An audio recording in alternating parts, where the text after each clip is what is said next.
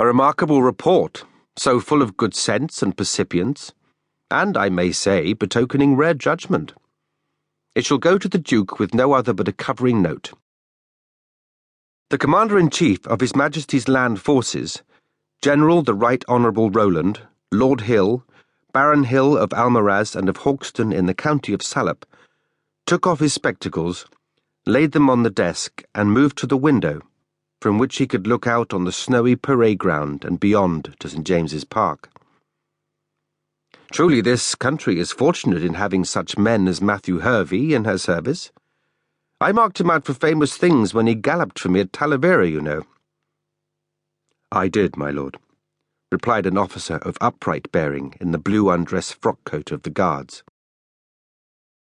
Lord John Howard, Lieutenant-Colonel of Grenadiers, and so permanent a fixture of the Horse Guards, the Commander-in-Chief's headquarters, as to be thought indispensable by a succession of holders of that appointment, including the Duke of Wellington himself, who now held the highest office of state, picked up the sheaf of papers recounting his friend's recent mission of observation with the Russian army in the war with the Turk, and waited on his congé.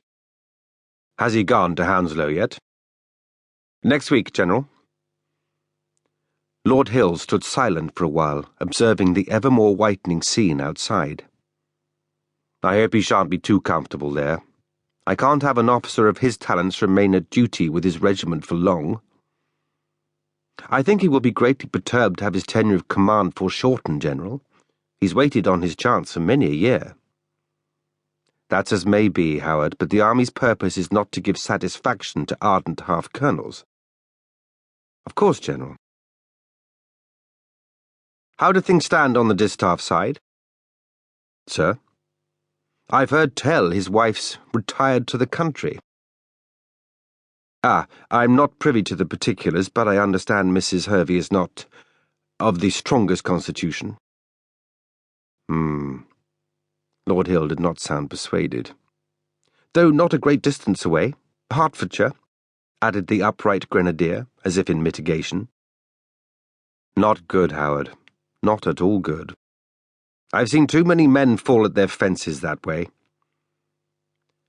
Lord Hill's predilection for hunting metaphors was always a delight, and could save a good deal of awkwardness. Quite, sir. The snowy scene without seemed wholly now to absorb the chief of men, until suddenly he returned to his former line. I hear he sees much of Lady Catherine Greville. Lord John Howard was momentarily discomfited. That I really cannot say, my lord, he managed, but so perfectly pitched as to convey neither dismay nor dissent. Deuce's thing. I've seen too many men follow the wrong scent. The hunting metaphor continued to serve. An acknowledgment seemed all that was required. Sir? For the Commander-in-Chief had conveyed his meaning in the inexplicit terms of the chase, which might itself be thought analogy for the pursuit of military success, whether honours, wealth, or promotion, or indeed all three. There was no need of exactness. Both men understood perfectly, though what Howard was supposed to do about it, or rather how, was quite another matter. That friend of his, the half-caste. Fairbrother, General? Yes, Fairbrother. Most gentlemanlike fellow, most agreeable. That report of his, the instantaneous exploding of the mine, really most admirable. Clever fellow, the Rusian. To use, what's he call it, an electric current to spark powder. Who'd have thought such a thing were possible? Evidently not our engineer, sir. Lord Hill frowned at him in mild disapproval.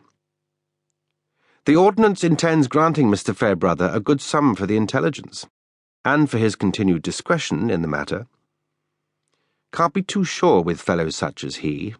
Not at all certain where their allegiance lies, half and half, so they are. Though I do say I liked him a good deal. Be happy to see him exchange into the 53rd.